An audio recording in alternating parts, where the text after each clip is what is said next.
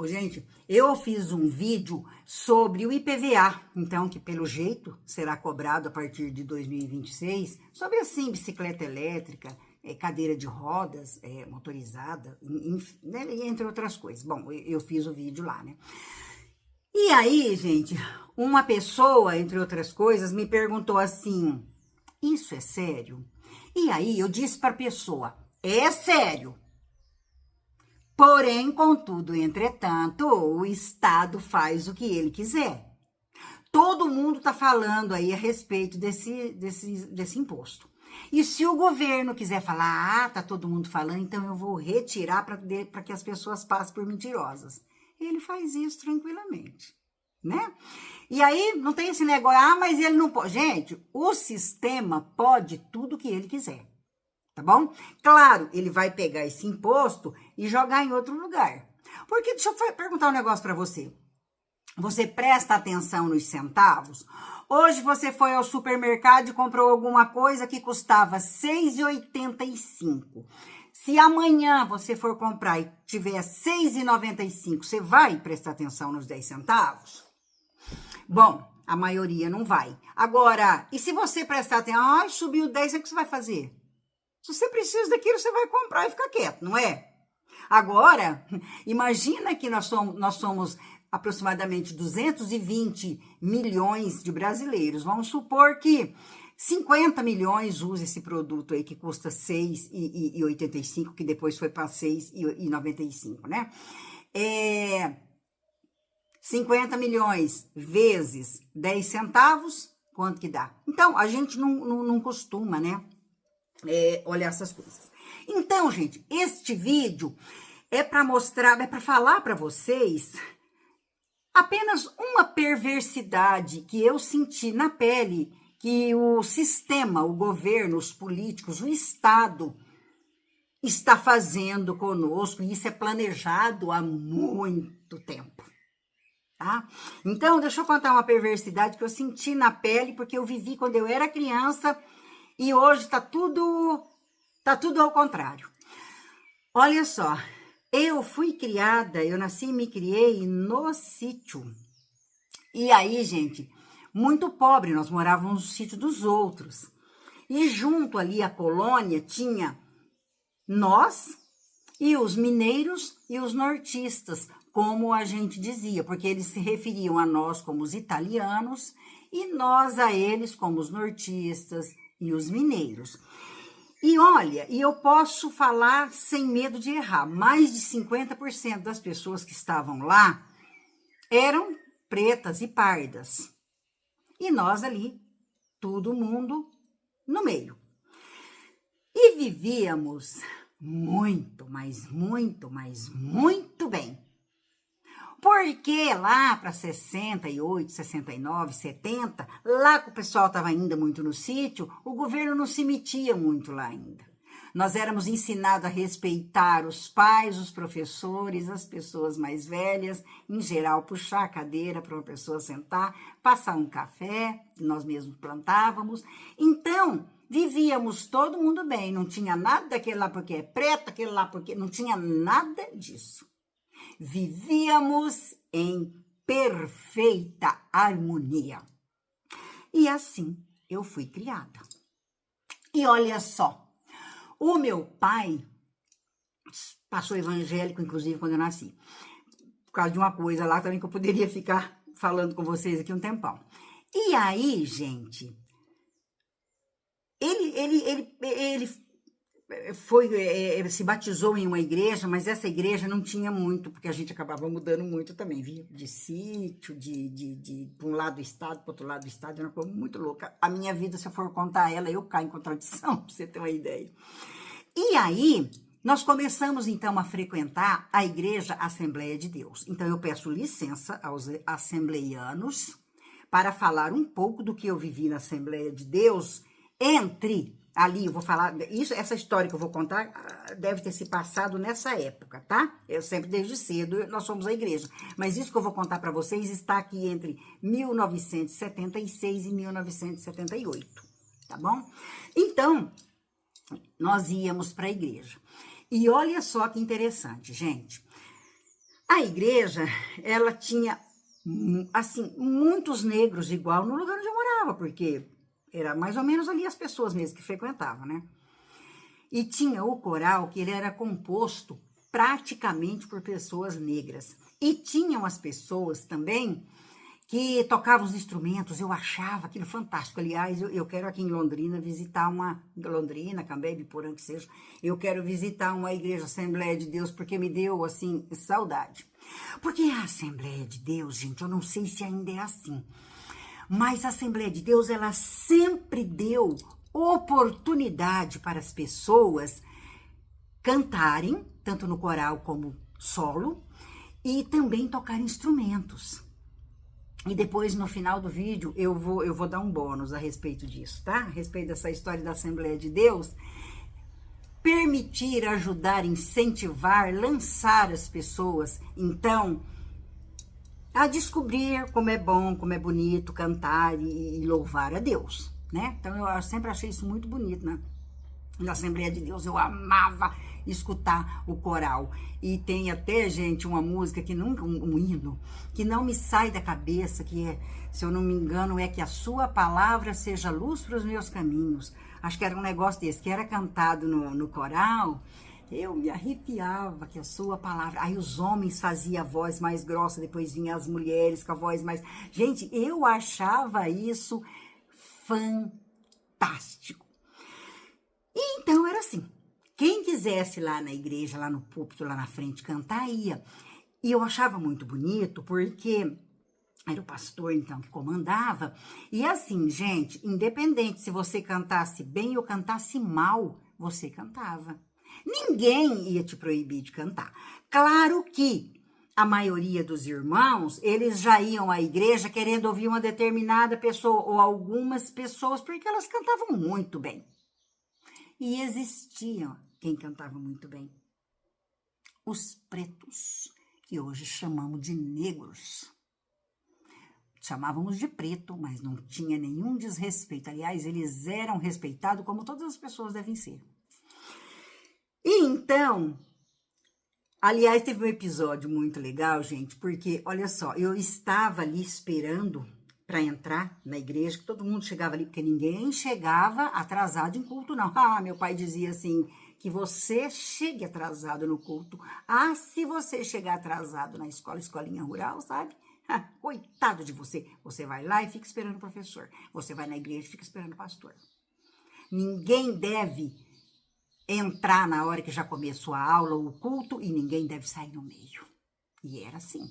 E meu pai, minha filha, tudo que ele prometia, ele cumpria. Então, era assim. Estando meu pai ou não, eu ia à igreja, porque eu achava lindo, maravilhoso o coral e aqueles instrumentos. Eu achava aquilo, parecia assim que os anjos estavam cantando. E então, estávamos conversando ali fora na igreja. E aí, as assembleianas, era muito interessante. Estou falando, gente, assembleianos do ano 2025, estou falando da Assembleia de 76 e 78, tá? Do que eu vivi ali, com todo respeito. E elas conversavam assim alto, elas são muito objetivas e dinâmicas. Eu achava isso fantástico, assim. Eu me via sorrindo. E aí, tava lá as irmãs conversando, pai do senhor, irmã, pai do senhor, pai do senhor. E aí, tava vindo a irmã, oh, irmã, pai do senhor, irmã, cadê a irmã fulano e o irmão cicrano? Aí ela já vinha gritando, oh, irmã, não, eles precisaram resolver um problema, que eu não sei, que eu não prestei atenção, que claro que problema que era, né, gente, eu tinha ali entre 11 e 12 anos. E aí, eu só sei que aí quando a irmã chegou ali na porta da igreja, já nos preparando para entrar, uma falou assim, ai, irmã, então, que coisa, como que o irmão e a irmã não veio, né? Ô, a irmã queria tanto pedir aquele hino pro irmão cantar, mas a esposa dele, porque eles cantam muito bem, gente, não tem ninguém que canta igual eles. E era um casal de negros que cantava espetacularmente bem. Eu acho que se os anjos tiverem, de fato, alguma voz, é aquela lá. Fica aquele negócio ressoando, assim, na minha orelha. E aí, elas foram entrando então, para a igreja, que o culto já ia começar, e só sei que uma falou para a outra assim, mas irmã, tem a irmã, eu não esqueço desse nome, eu não esqueço, tem a irmã Edna era uma mocinha bem pequenininha, assim, magrinha, baixinha, que tinha acabado de perder a mãe. Ela pregava muito bem e também cantava bem. Mas ela era branca, ela não cantava igual aos negros mesmo, jamais. Porque, gente, será que é crime eu dizer que os negros têm uma voz muito bonita? Será que isso é crime? Então, olha só. Aí a irmã foi entrando para dentro da igreja e ela fez assim: ah, irmã Edna canta, mas não é igual. Os pretos não cantam igual, não. Aí falou, era muito bonitinha. Ela fez assim: ô Deus, eu sei. O Senhor deu o dom de cantar para os pretos, né? Mas, irmã, nós não pega nem beira com os pretos. Então, gente, olha que interessante. Os pretos, eles eram assim elevados, glamorizados na igreja. A Assembleia de Deus me ensinou isso. Nunca ninguém me ensinou errado, mas na Assembleia de Deus eu vi isso. O amor, o carinho, o respeito, quase uma devoção pelas pessoas que cantavam. Eu achava lindo aquelas pessoas cantarem. Porque, de fato, o negro ele tem uma voz. Quando eu ouço Stevie Wonder, por exemplo, Louis Armstrong, quem tem aquela voz, gente? É simplesmente fantástico. Então, a igreja, a minha família, me ensinou que as pessoas não são diferentes. Para depois, com 60 anos, ser chamada de racista, que eu tenho que pagar uma dívida histórica porque alguém escravizou os negros. Você não acha isso, no mínimo, muito, muito absurdo? E eu vou contar um negócio para vocês. Eu fui alfabetizada em casa. Uma parte eu fui alfabetizada em casa. Porque na época que eu queria ir para a escola, eu não podia, porque eu tinha 6 anos. E o governo só falava que podia ir a partir dos 7. Mas eu queria muito assim, aprender a ler e escrever. Meu negócio não é nem ir na escola. Porque tinha muita criança para eu brincar ali. Se o negócio era socialização, tinha muita gente para eu brincar. Muita criança. Mas eu queria aprender a ler e escrever. Sabe por quê? Porque na minha casa, toda a noite, no jantar, onde estávamos todo mundo reunido, que precisava estar assim de uma manda caducando, viu? Na mesa, para poder fazer as refeições à noite. E aí, fazer, né, jantar. E aí, gente, lia-se pelo menos um versículo da Bíblia e fazia uma pequena oração. E eu falava, eu quero ler. Olha que interessante, ficava ali, né? Que interessante. Todo o meu pai, meus irmãos, minha mãe, tudo sabe ler e eu não sei. Eu achava que ler era libertador. Eu aprendi a ler e a escrever, então, usando a Bíblia, porque meu pai era radical, não deixava outro livro entrar dentro de casa. Se entrasse, ele queimava. Se ele visse, ele queimava. Então, ninguém nem tinha. E aí, gente, nós tínhamos a harpa cristã e tínhamos a Bíblia. E a harpa cristã, ela vinha com as partituras, eu achava aquilo fantástico. Eu falava, que será esses sinais, né? E então, lendo a Bíblia, gente, eu tinha assim 9 anos, eu vou falar para você, eu tinha lido a Bíblia inteira. Inteirinha, era a Bíblia que eu tinha para ler, ponto final. Mas eu não reclamo disso, foi maravilhoso, porque lá na Bíblia eu também vi uma outra coisa que hoje é usada contra nós. A homofobia, que vocês sabem que essa palavra é nova, né? Você sabe que isso começou a ser disseminado mais aí pelos anos 90, né? Então, olha só, eu lia na Bíblia, meus irmãos também lia, né? Eu ouvia e depois eu passei a ler que Deus abominava homem que se deitasse com homem. Eu, claro que eu não sabia o que era aquilo. E falava da promiscuidade, de não sei o que Deus não se agradava daquilo. E que Deus, quando viu que isso estava pelo jeito ali demais, ele começou então a mandar anjos, né, aqui para a terra para poder então convencer as pessoas para parar com aquilo. Gente, eu tô até para falar para vocês que Deus, ele não era contra a homossexualidade, mas ele era contra a promiscuidade, ele era contra a baixaria. É isso. Era contra alguém querer que você, como é hoje, querer que você faça uma coisa que você não quer fazer. Entendeu? Você não acha certa a homossexualidade, tudo bem. Você não precisa fazer mais nada, porque é bíblico. Um cristão verdadeiro não faz absolutamente nada contra um homossexual. Não para falar só do homossexual agora. Não faz absolutamente nada. E então, olha só que interessante. Depois que Deus viu que não deu jeito ele mandar então os anjos aqui para a terra, para falar para as pessoas então caírem na real, para os homossexuais no caso, né? Deus disse assim, então, olha, eu, Deus, mandarei fogo dos céus. Eu, Deus, ele não mandou ninguém fazer nada contra ninguém. Entendeu? E o que o sistema faz hoje? Nos coloca contra o cristianismo, contra os porque é para nos colocar esse negócio de criar homofobia, é para colocar um contra os outros só. Criar o racismo é só para colocar um contra os outros, gente. É só pura e simplesmente para isso. Eu não vivi isso na minha vida. Não foi isso que foi pregado para mim. Não foi isso que o cristianismo me ensinou. Não foi isso que a igreja ensinou. A igreja me ensinou a respeitar a todos e não fazer absolutamente nada contra ninguém de mal.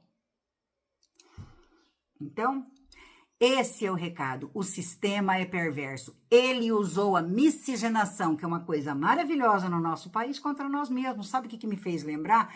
Me fez lembrar aqui uma pessoa que disse que lutou sumô, não sei, ele falou que era sumoca, e um dia ele disse assim que ele, muito magrinho, ganhou de um sumoca, porque não sei se você sabe que os sumocas, eles são bem gordos, né? São pessoas assim bem gordas. E aí ele falou, eu sou magrinho. Eu falei, mas como que você ganhou dele? Ele era grande, enorme, gordo. Ele falou, não, Marli, eu usei o peso dele contra ele mesmo. Então, é o que o sistema faz. Usa as coisas boas, transforma-as em más e usa contra nós. É isso que o sistema faz. Eu já ia me esquecendo do bônus. Gente, eu gosto muito de um roqueiro que foi um assembleiano. Ele é nada mais, nada menos de que Elvis Presley, que eu ouço muito. A mãe e os pais, né? Mas mais a mãe do Elvis era uma assembleiana. E a Assembleia de Deus, com esse hábito, esse costume de dar oportunidade para as pessoas, eles deram então oportunidade para o Elvis. E olha que coisa interessante.